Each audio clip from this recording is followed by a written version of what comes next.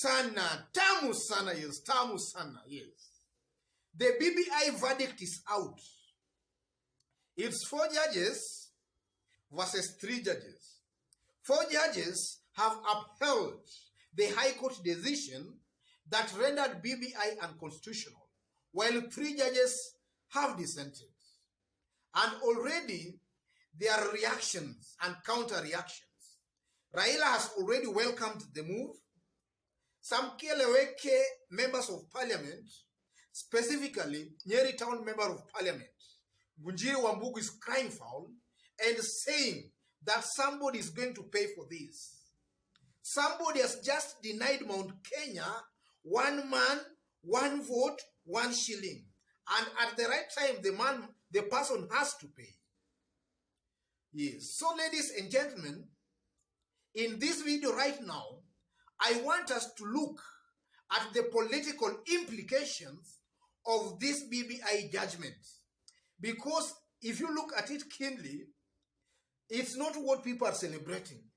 There is a deeper meaning to this, and that's our analysis and discussion today. 5 political implications of this Court of Appeals judgment on BBI. The first political implication is that, contrary to the perceived notion that William Ruto is the biggest beneficiary of this ruling, I know today where Ruto sits. Ruto is lamenting and really at pains. Ruto comes out as the biggest loser in this BBI judgment of today.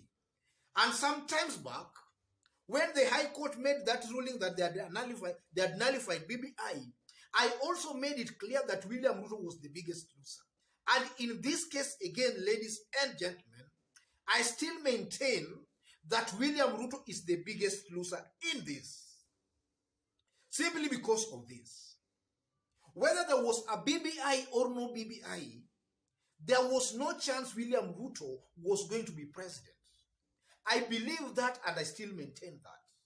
With or without BBI, William Ruto, most likely, if you study politics without taking sides, has no chance of becoming the president. In fact, the same system that has denied Raila presidency 3 times is still there, and that same system will most definitely deny Ruto presidency come 2022, whether he wins or not. BBI was offering William Ruto an office of an opposition leader, an office that comes with all perks. But with the rejection of BBI, William Ruto has lost that office and all the perks. It simply means come next year, William Ruto most likely will just be an ordinary citizen. Because from where I sit, I strongly believe that he will not be president. And I'm not saying that because I'm campaigning for somebody, but I'm saying that with facts. He won't be the president. So, BBI was offering him the office of the official opposition. He has lost that now. Secondly, this rejection of BBI, ladies and gentlemen, might also slow down the handshake team in their frantic efforts to unite. Because again, BBI was offering some seats, Prime Minister, Deputy Prime Minister, and all that. And that could have made it very, very easy for this handshake team to unite together and work as a team.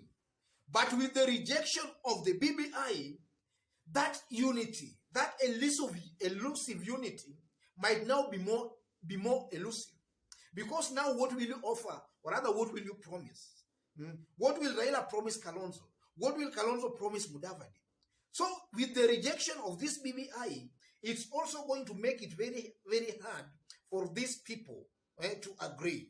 I'm not saying they will not agree, but BBI was acting as a catalyst for them to agree very, very fast.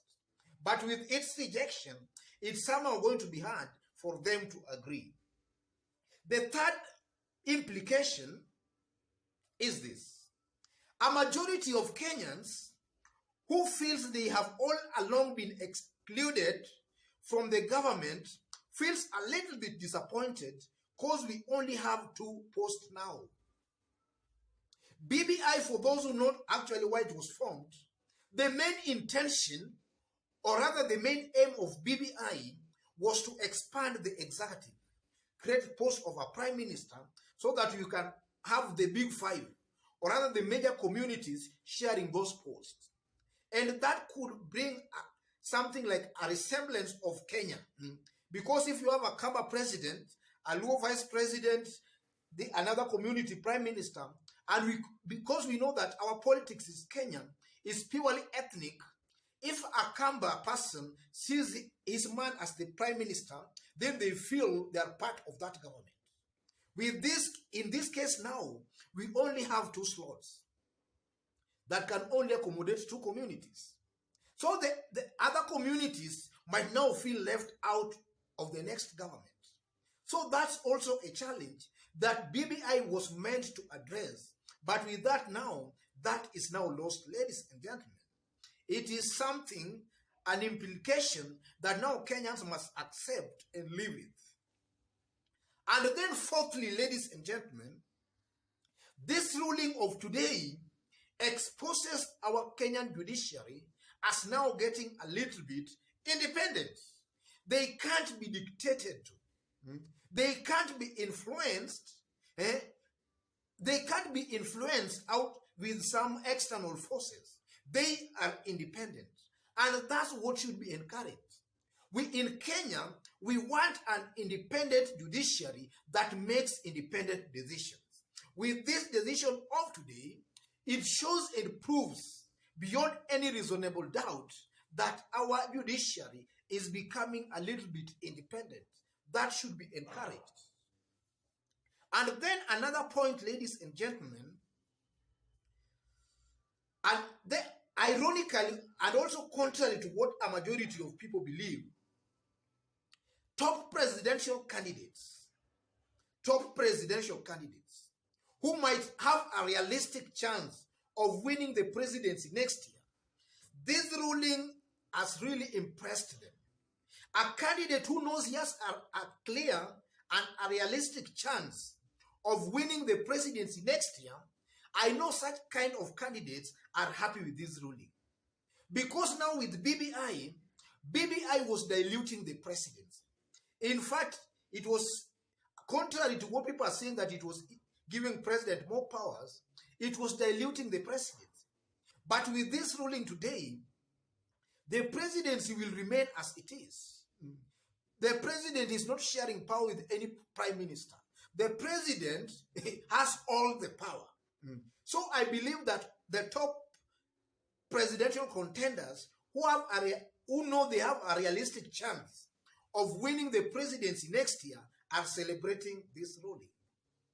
So, ladies and gentlemen, I didn't want to dwell on so many things as per this video. I just wanted to concentrate on the political implication of this ruling. And then just to add a point on what I've said about William Ruto being the biggest loser, you know, this BBI document, in fact, is widely believed that it was offering Mount Kenya some very, very good perks. 1 man, 1 shilling, and all that things. And in fact, most of the constituencies were being taken to central Kenya. But with this rejection, they have lost all that. And the culprit, the person who is being blamed for all that, is William Ruto. How is William Ruto now going to convince the residents of Mount Kenya that he cares about them? Because I know when politics will start, I always say when politics will get charged properly, residents of Mount Kenya will just be reminded that it's William Ruto who denied them 1 man, 1 shillings. Yes. And there will be a lot of propaganda that will be propagated along that, surrounding that. And that will most definitely hurt William Ruto's presidential bid as far as the mountain vote is concerned. I strongly believe that as time goes by, what I'm saying here will come out very, very clearly. This is not a verdict William Ruto should celebrate. This is a verdict that has rendered William Ruto jobless next year and has also affected William Ruto's popularity on the mountain. Because at the right time, the residents their eyes will be exposed, their eyes will be opened, and they will see the sense of what BBI was offering them. Otherwise, ladies and gentlemen, let me leave it there for today. This is a topic we are still working on because there are new emerging details about this BBI judgment.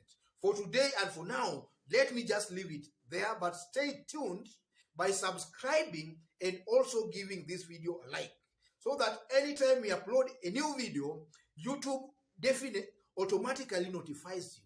God bless you. God bless Kenya.